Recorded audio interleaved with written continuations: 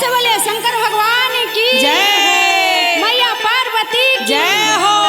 देखिए बहना, सावन आ गया है, आ गया तो हम भी अपने पति देव को बोले हैं तो चलिए आज दोनों प्राणी कांवर सजाते हैं। चलिए चलिए और बाबा धाम जा करके बाबा को जल चढ़ा करके तो कैसे कहना है? कैसे हो भोला सावन में देव घर बोलती कांवर लेके चल आई थी।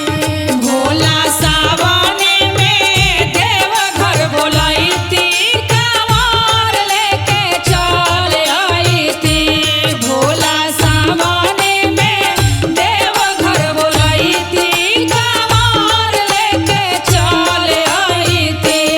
भोला सावन में देव घर बोलती कांवर